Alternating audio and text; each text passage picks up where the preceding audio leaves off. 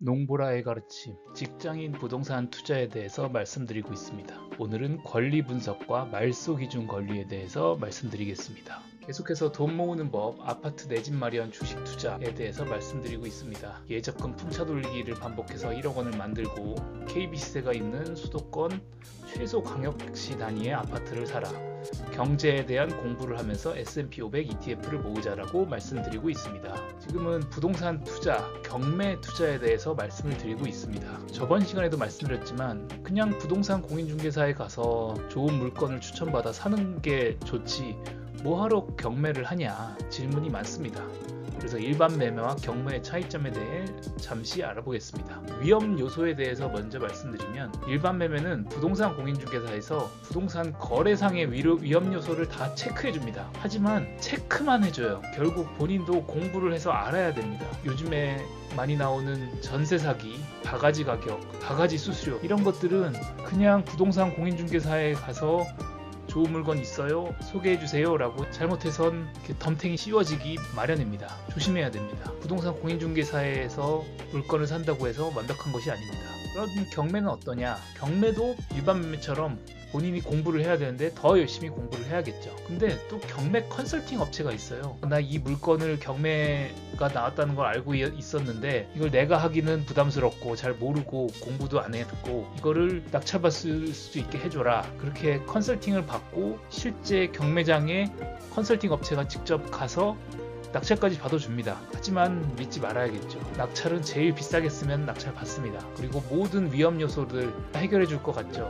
근데 꼭 잘 된다는 보장은 없습니다. 법원에서 관리 감독해서 오히려 공정하고 사기가 없다. 반은 맞고 반은 틀린 얘기인데, 공정하긴 한데 그렇다고 해서 위험 요소를 완벽하게 체크하고 들어가서 아무 위험 없이 내 물건을 받을 수 있느냐, 꼭 그것은 아닙니다. 또 장점은 일반 매매로 살 수 없는 귀중한 물건이 나오기도 합니다. 저번 시간에도 말씀드렸듯이 부동산 공인중개사에 가서 좋은 물건 소개해주세요 라고 하면 당신한테는 절대 좋은 물건을 주지 않아요. 정말 VIP 아니면 자기 가족들, 지인들 먼저 순으로 더 나가기 때문에 처음 온 사람들한테 절대 좋은 물건을 주지 않습니다. 하지만 경매는 완전 자유 경쟁이기 때문에 그래도 내가 가질 수 있는 기회는 있죠. 심지어 비싸게 투자를 하면 낙찰을 받을 수도 있습니다. 비싸게 사서 문제입니다. 그래서 그럼 공부를 어떻게 합니까? 라고 말씀을 하시면, 요즘 강의를 굉장히 비싸게 막 3,400만 원씩 해서 집중적으로 컨설팅을 해준다, 강의를 해준다, 끝까지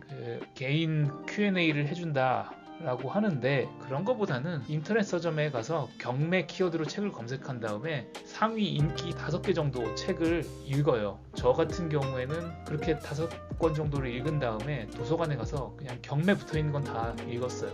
다라고 하면 거짓말인데 상당히 많이 읽었습니다. 그리고 그 정도 책을 본 다음에 유튜브로 경매 무료 강의 영상을 보면, 영상이 보통은 30분인데 이런 것들을 1.2배속, 1.5배속으로 보다 보면 책을 한번 읽었기 때문에 이해가 좀 됩니다. 강의 그렇게 어렵진 않을 거예요. 비싼 강의를 들어도 그 책 한 5권 보고 영상 10개 정도 보는 거 이상은 없다고 생각을 합니다. 강의를 고르는 것도 초보 입장에선 쉽지 않은 일이죠. 그리고 강의의 대부분이, 그리고 책이 주택 경매에 대해서 다룹니다. 아파트, 다세대, 주거용 오피스텔. 그래서 이런 것들이 강의에서 다뤄지는 이유가 아무래도 상가, 토지, 숙박시설보다는 난이도도 적고 그리고 쉽게 팔리고 최악의 경우에는 전세나 월세를 놓을 수가 있고, 그렇다 보니까 난이도가 쉬운 편에 속합니다. 그렇다고 해서 다시 말씀드리지만 무조건 쉽다는 보장은 없습니다. 그리고 말소 기준 권리라고 해서 권리 분석하는 과정만 조금 공부하면 주택 경매는 아주 어려울 것이 없어요. 그렇게 책을 한 5권 보고 유튜브 동영상 10개 정도를 보면 이제 경매 사이트에 들어가서 물건 검색을 좀 해봅니다. 처음부터 유료 경매지를 구독하기보다는 무료 경매 사이트에 가서 보는 것이 좋습니다. 그 무료 경매 사이트에도 상당히 자세하게 나와 있고, 유료 경매지라고 해도 물건지를 네이버로 보기 좋게 링크 시켜준다거나 등기부등본을 바로바로 볼 수 있다거나 이 정도의 메리트지 크게 좋진 않은데, 물론 편리하죠. 하지만 초보 시절에는 이것만 봐도 고방합니다. 그래서 두인 옥션 예전부터 많이 나왔는데 여기서 보면은 큰 불편한 점이 없습니다. 한번 보세요. 그래서 아까도 말씀드렸듯이 아파트로 검색을 해보면 어느 동네 어느 아파트에서 쭉 나옵니다. 이렇게 해서 보면 여기 보면 중간중간에 뭐 임차권 등기, 허그 임차권 인수조건 변경, 뭐 빨간색 글씨가 들어간 물건들이 있어요. 이게 초보가 보기에는 좀 위험하다는 물건입니다. 그래서 이런 물건들은 일단 제외합니다. 경매 강의에서도 이렇게 예외적인 물건 다 거르고 보라고 해요. 아닌 것만 봐도 충분하다 이겁니다. 그래서 빨간색 글씨가 들어간 물건을 제외하고 본인이 잘 아는 동네, 우리 동네 아니면 원래 어렸을 때 살았던 동네 아파트나 빌라를 골라서 쭉 봅니다. 여기 내가 아는 동네, 내가 아는 아파트인데 이 정도면 층수도 되게 좋은 층이고 여기 햇볕도 잘 들고 주변에 초등학교도 있고 요거 하나 내가 사가지고 팔면은 한 2-3천만 원 그래도 건지겠는데? 라는 생각이 들면 이거를 얼마에 낙찰받을지를 예상을 해봅니다. 그래서 부동산 공인중개사에 가서 중곡동 SK아파트 제가 한 6억 5천 정도에 낙찰을 받으려고 하는데 혹시 7억 정도에는 충분히 팔리나요? 중개사님 이거 7억에 팔아주실 수 있어요? 라고 했는데 지금 7억 2천에도 팔리는데 7억에 판다고 하면 살려는 사람 널렸지. 이런 반응이 한 3-4군데에서 나온다 라고 하면 한번 낙찰을 받아보는 것도 괜찮습니다.